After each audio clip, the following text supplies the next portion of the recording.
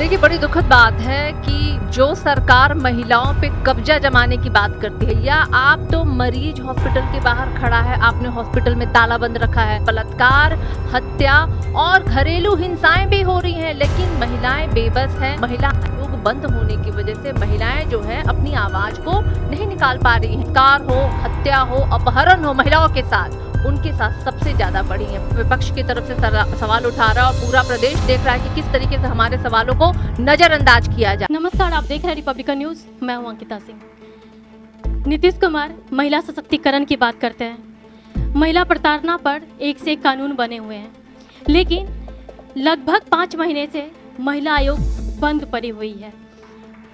सरकार की तरफ से किसी तरह का कोई कार्रवाई इस पर नहीं किया गया। ऐसे में इस वक्त हम मौजूद हैं आरजेडी की राष्ट्रीय प्रवक्ता सारिका पासवान जी के पास, और इनसे जानते हैं कि महिला आयोग को लेकर के क्या कुछ कहना है और कैसे प्रताड़ित महिला अपने आप को सेफ फील करेंगी।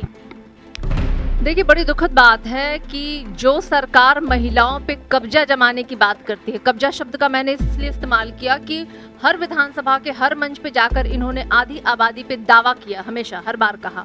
और ये जो शराब बंद की मुहिम को जो ये इन्होंने छेड़ा, जो कि हालांकि नाकाम है, लेकिन वो दावा करते हैं कि अब जो इसके पहले शराब पी के घर में घरेलू हिंसाएं होती थी वो नहीं हो रही है। तो भैया, आप तो मरीज हॉस्पिटल के बाहर खड़ा है, आपने हॉस्पिटल में ताला बंद रखा है, फिर ये आंकड़े आपके पास आ कहाँ रहे हैं कि महिलाओं पे अत्याचार नहीं हो रहा है?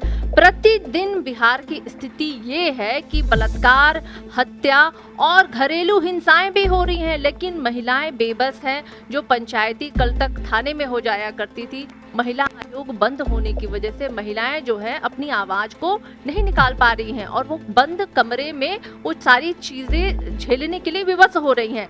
ये सरकार महिलाओं के प्रति सबसे ज्यादा मैं कह लूं कि तो जो दावा हमेशा वो करते आए महिलाओं के प्रति, असल में वो उन्हीं महिलाओं के प्रति सबसे ज्यादा नीरस रहे हैं। और यही कारण है कि बिहार में, प्रदेश में आज बलात्कार हो, हत्या हो, अपहरण हो, महिलाओं के साथ उनके साथ सबसे ज्यादा बढ़ी है। 25% से भी ज्यादा वो रेशियो चली गई है। लेकिन दुखद बात है कि महिला आयोग आज शिथिल है, बंद है, क्योंकि प्रदेश में सरकार जो है बैठी हुई, उनको महिलाओं से कोई लेना देना नहीं है। देखिए, थाना हो या प्रशासन की तो लचर व्यवस्था के कारण तो आज लॉ एंड ऑर्डर इतनी बिगड़ी पड़ी हुई है।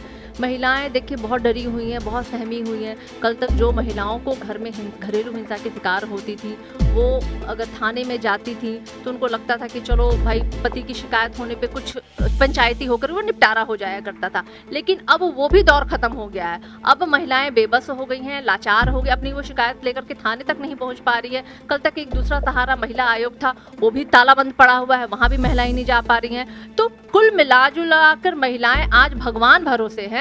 सरकार और कानून और प्रशासन से उनको किसी तरह की कोई मदद की उम्मीद नहीं है। ये सरकार महिला विरोधी सरकार है। 2 दिन पहले हमारे यहाँ खबर चली थी, दीघा थाने से कुछ महिलाएं आई थी। एक पीड़िता थी जिनका दीघा थाने में नहीं सुना गया था। उसके बाद वो महिला आयोग आई थी, यहाँ पर भी दरवाजे बंद पड़े मिले। तो इसके बाद महिलाएं कहाँ जाएंगी, मैं आपसे ही जानना चाहूँगी। यही बात है।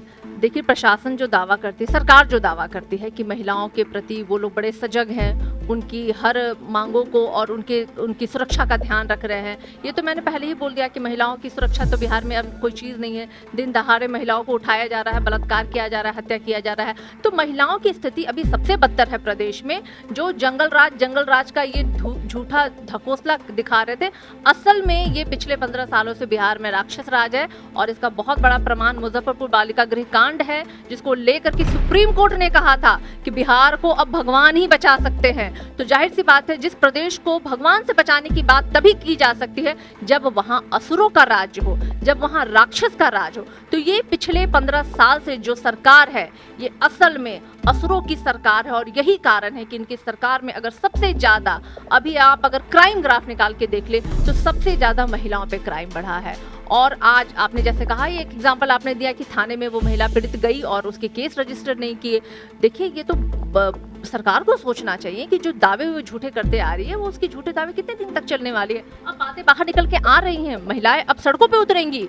अभी तक आपने देखा होगा हर बात को मांग को लेकर के लोग सड़कों पे उतरे हैं। अब वो दिन दूर नहीं कि महिलाएं सड़कों पे उतरेंगी अपनी सुरक्षा को लेकर के, अपने अधिकारों की मांग को लेकर के, जो सरकार सुनने को तैयार नहीं है। लेकिन एनडीए की सरकार तो कहती है कि 15 साल जो लालू जी का राज रहा है, उस राज से बहुत ही बेहतरीन अब का समय चल रहा है, महिलाओं के लिए काफ़ी सेफ है। देखिए, एक फ्रेज है अपने मुंह मियां मिट्ठू बनना, तो ये सरकार जो है ना, डबल इंजन की सरकार वही काम कर रही है। ये लोग पब्लिसिटी वाली सरकार है, ये पब्लिसिटी करती है, नहीं तो ऊंची दुकान फीकी पकवान।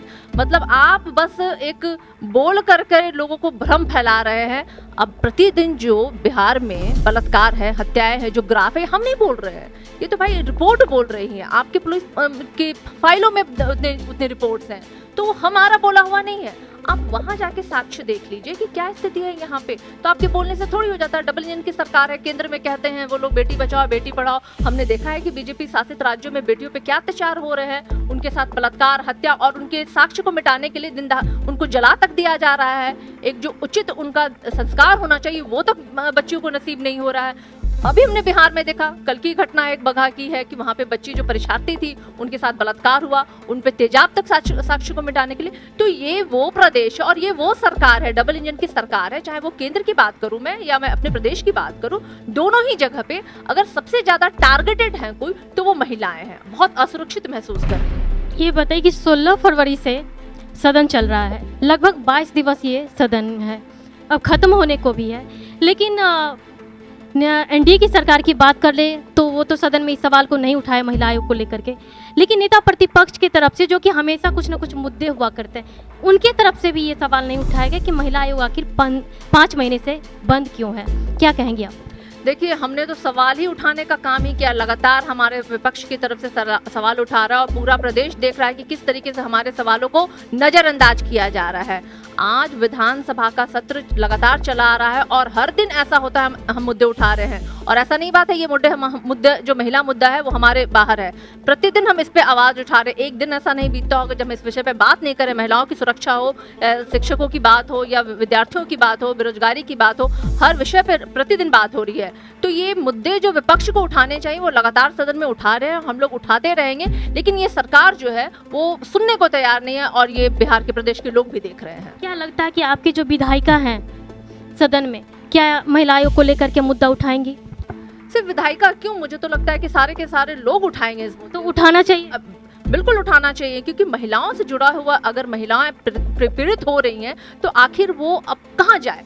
अगर थाने में उनकी सुनवाई नहीं हो रही तो दूसरा एक महिला आयोग है, तो महिला आयोग तो बिल्कुल खुलवाना चाहिए, जल्दी खुलना चाहिए। क्योंकि ये जो झूठे आंकड़े दिखा रहे हैं कि कोई कंप्लेन नहीं लॉन्च हो रहा है, आप शराबबंदी के नाम पे जो झूठे दावे कर रहे हैं कि अब महिलाओं पे घरेलू हिंसा नहीं हो रही है, तो भाई आप तो वही काम कर रहे हैं। आप हॉस्पिटल बंद करवा दे रहे हो, मरीज घर में पड़ के मर रहे हैं। पहले आप हॉस्पिटल तो खुलवाइए, तब तो आपको आंकड़े आएंगे ना कि कितने मरीज हैं कितने नहीं है। तो उसी बिना पे मैं कह रही हूँ कि महिला आयोग को खुलना चाहिए, क्योंकि अभी भी प्रदेश में महिलाएं पीड़ित हैं और उन पे घरेलू चाहे वो अन्य तरह की हिंसाओं की वो शिकार हो रही हैं। तो ऐसे में इस वक्त हमारे साथ राष्ट्रीय प्रवक्ता सारिका जी थी, जिन्होंने सदन में मुद्दा उठाने की बात भी कही और आगे इस पर कार्रवाई की जाएगी। इन्होंने ये भी कहा।